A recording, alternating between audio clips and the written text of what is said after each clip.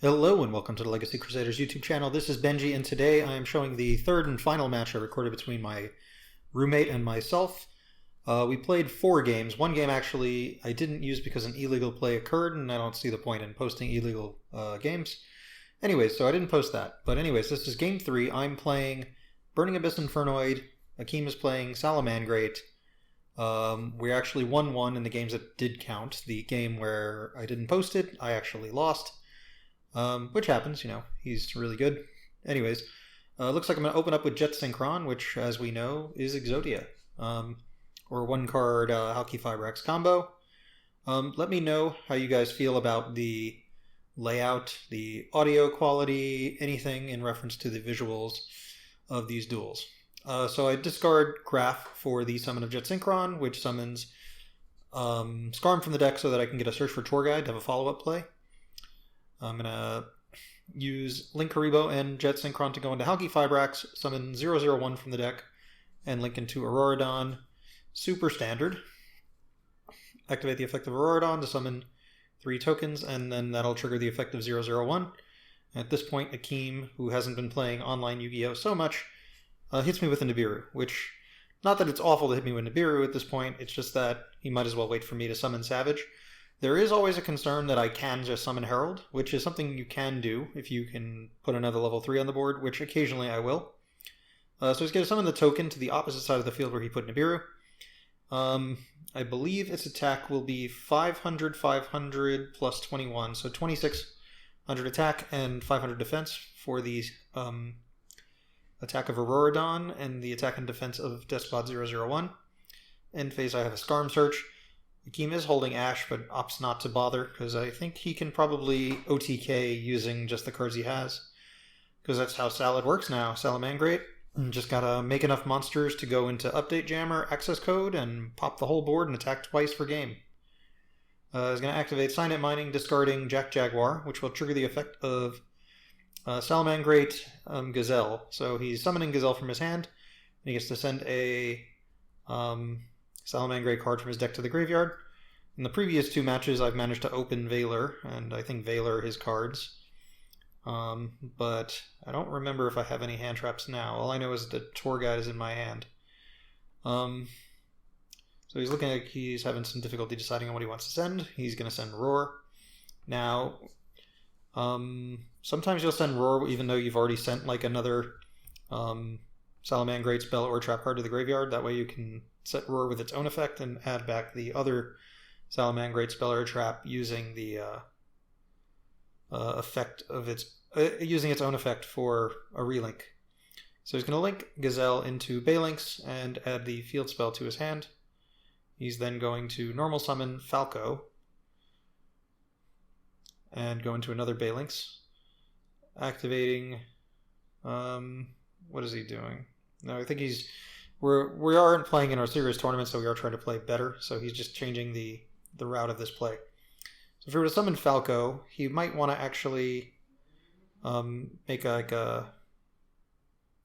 Alright, so he's going to relink the Balinx instead. So instead of making a Balinx with the Falco, he's going to make a relinked Balinx so that he can summon his Jack Jaguar. And now he can go into Update Jammer, Accesscode Talker, and just go straight into Accesscode and push for game. Now, Nibiru doesn't affect you when you're playing Salad to keep you from doing this combo, because Transcode's effect says you can only summon Cyberse monsters during the turn you want to use this effect, and you usually summon Nibiru during your opponent's turn.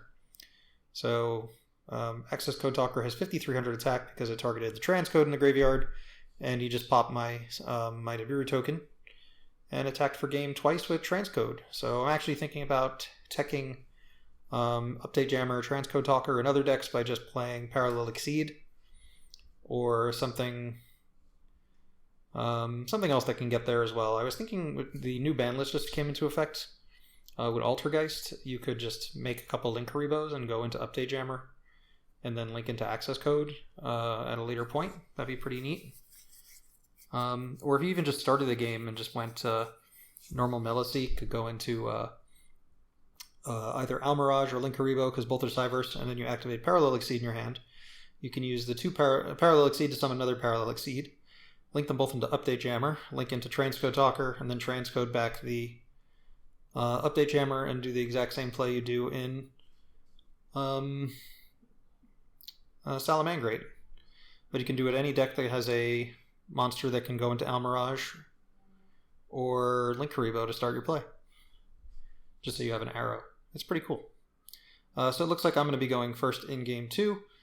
I'm going to activate Void Vanishment, discarding Void Apocalypse for Void Feast. Now, Apocalypse I play to get access to Halqifibrax using Burning Abyss cards, but it looks like I've decided that I'd rather keep the cards I have now. Fairly certain I have an Impermanence and a Void Feast. Don't recall, it's been a couple days since I recorded these games. Hopefully it'll make my commentary a little more natural. The last couple times I was a little bit static. It's hard to speculate as to what's happening when you've played the game itself and you know exactly what's going to happen. So Akeem's going to normal summon Flame Buffalo, which is so annoying. I never fire off my Void Feast right away because there's always fear just going to get lightning stormed. So while I can summon all my Infernoids in defense position, that makes them so easy to run over. So I usually try and wait for my opponent to play a card to the field. It also gives me an idea of what I should make my Infernoids into.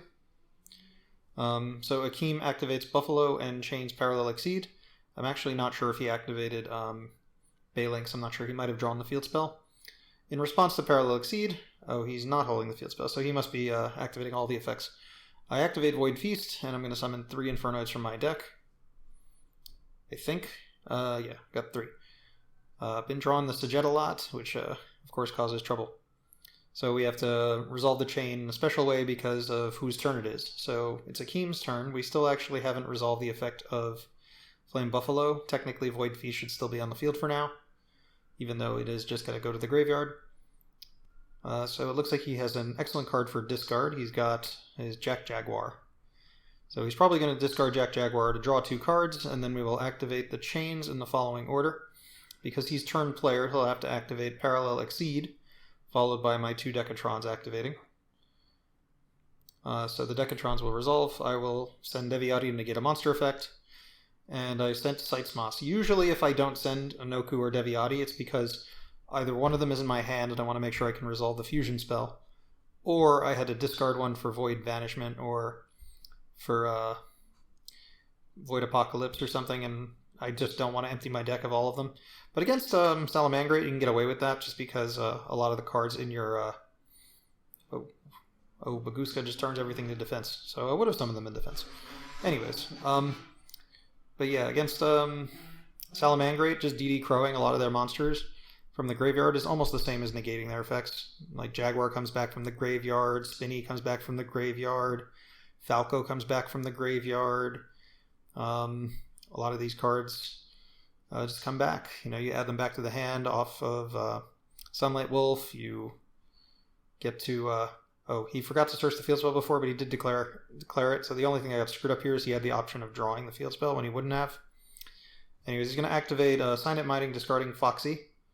Now, I don't have a card to stop that. I don't have an Ash Blossom, and I can't respond with my monsters. But I'm pretty sure I have a Impermanence face down, if memory serves, but it has been a little while. He's going to activate the effect of Gazelle, who is currently negated. So he won't be able to activate its effect because of Baguska. I apologize for the shaky cam. Part of the way of making sure I can get the whole camera in view was to give up stabilization. Apparently if you record in a 16:9, which is normal YouTube video size, then the camera turns off video stabilization. So I had to go into 1:1 mode, which is like 1440 by 1440.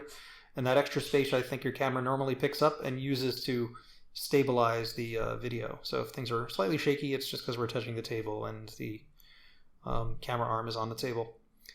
So he activates Sanctuary to have a spell on the field, then activates the effect of Foxy using Foxy. And he's going to link the Gazelle and the Foxy into a Nightmare Phoenix, discarding Nibiru as cost to target my set. And I have an interesting chain here.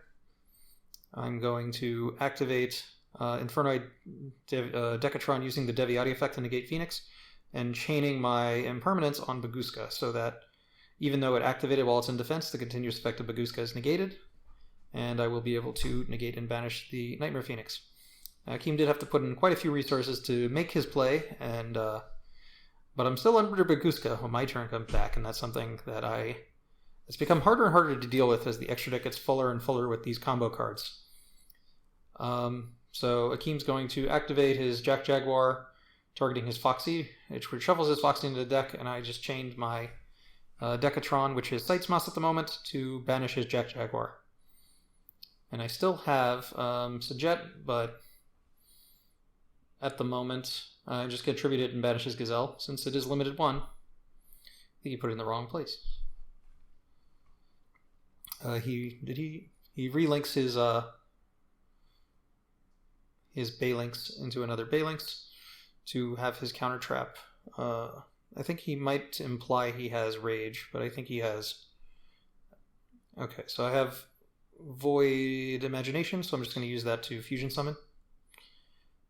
I think we realized that he forgot to put that in the right place. So Imagination is going to send 6 Infernoids from deck to graveyard to Fusion Summon Infernoid from the extra deck. So there goes 6, and my effect will not be able to activate because I will be in defense position, and monsters in defense have their activated effects negated if they activate it while in defense because of Baguska.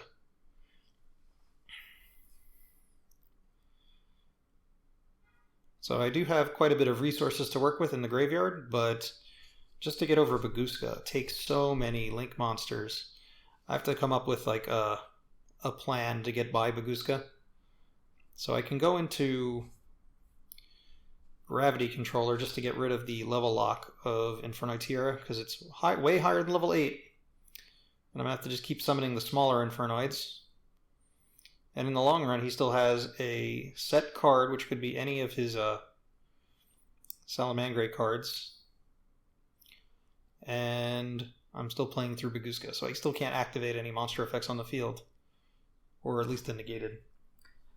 So I have 2 Infernoids for now. I can link them both into Doolittle Chimera, or I was playing Nightmare Phoenix. I went to Doolittle Chimera because I haven't needed a Phoenix in a long time, so I figured it's probably safe in this format to not have one. And now I have to decide if I'm going to use even more Infernoids just to go into a Boral Sword Dragon when I can't win the game. So Boral Sword is pretty much the only monster in my extra deck that can get over the Baguska. But I do have to apply some degree of pressure to try and force him to make plays next turn. Yeah, it's a tough spot. I miss having I had Equimax in my extra deck, but I wasn't really that reliant on that OTK, which is normally played in the Infernoid decks. So I don't really have a Link 3 I can go into that can actually get over Baguska. It's so annoying. So he was asking in reference to what Doolittle does when it dies. So I mentioned it lets me add a fire back from my graveyard to my hand. So I did leave a Decatron in my graveyard to imply that that would be a problem for him. Although all my Infernoids are actually out of my deck. There's actually no Infernoids left in my deck to use. So if you resolve Feast and Imagination, then it's just an entirely BA deck at that point. I think I set Skarm and pass. I had to attack into the Balinx with the Doolittle. He protected it from destruction, and then I activated my Gravity Controller. So Gravity Controller is back in my extra deck. It is possible for me to make Dante and then use Dante to go into Gravity Controller, so I didn't mind putting it back. Although giving back a Balinx might have been a mistake. So he detaches for the maintenance cost of Baguska, activates the effect of Foxy, discarding a second Jack Jaguar, which is such a great draw here. Especially when I gave him back his Balinx. I'm not sure he had I think he might have had another one in the extra deck. I think I saw it just now. His Jaguar would require him to shuffle back his Foxy, but he's already used his Foxy, so doesn't actually need it at the moment.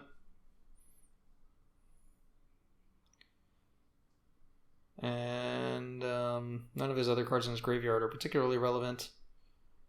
But Guska is still sitting there in defense. So he's not able to do anything without his Link monsters anyway. So I like how Baguska was the most broken card in the game before Link Summoning came out, and then as soon as Link Summoning came out, it was still broken, but people stopped realizing it was broken.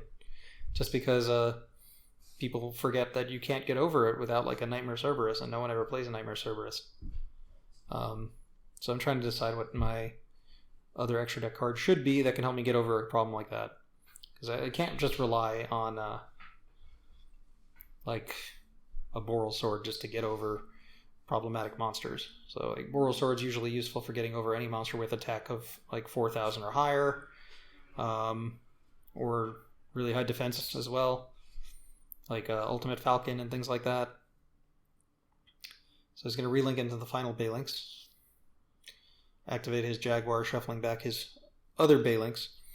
It should go into defense, but I think we made a mistake. We had to rewind here, so he's going to link these into Sunlight Wolf. And I think he attacks my Doolittle Chimera, and I determine whether or not I want to add back the Decatron, or I actually decide to put back the Doolittle Chimera, because I don't actually have a use for that Decatron at the moment.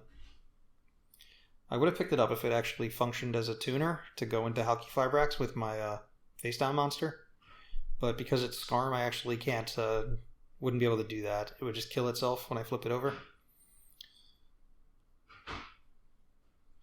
Now, I really do wonder what card he has face down. I think it's like an Impermanence or something. I think I'm going to summon a monster for defense. I could still just summon an Infernoid and activate its effect to tribute my my Skarm just to get a search for Tour Guide for a follow-up. But as long as that Baguska is just sitting there in defense, I really can't do anything.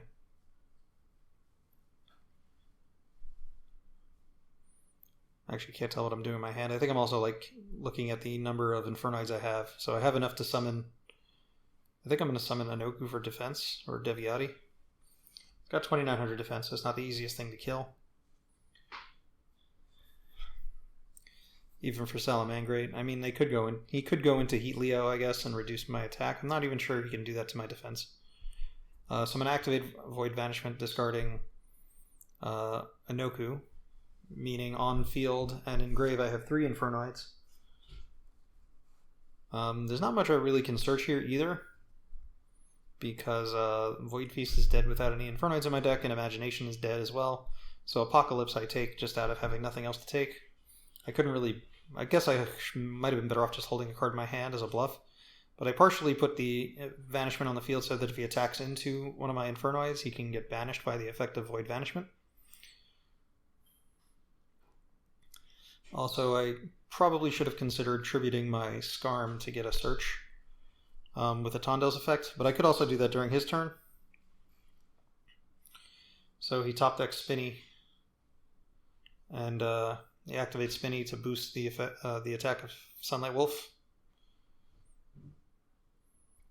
Oh, he activates Foxy by discarding the Spinny, then activates Spinny. So the Foxy pops from its effect in grave, so it pops my Void Vanishment. He then summons his Jaguar by shuffling back his Balinks.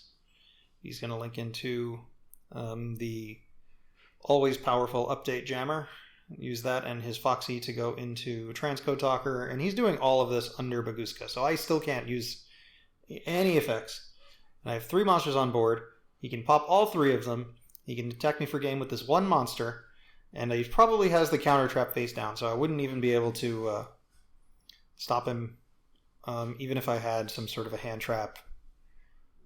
So he's going to pop Deviati. He's going to pop Skarm. Oh, so he actually doesn't have 3 pops because I think he had to shuffle back his Balinks. But it's finally a point in time where Baguska going to attack position just to deal with the Tondel to ensure he can attack for game is viable. So he's just going to run me over and I'm going to die, and that'll be the end of this match. So I have 2 more matches recorded. They're going to be Atlantean Mermails versus the Salamangreat deck. So we'll see more Salad, because it definitely deserves to be shown again since it's been so successful. I'll see you guys next time. Make sure you hit the subscribe button if you have not already. Like the video, and maybe check out one of these links recommended by YouTube.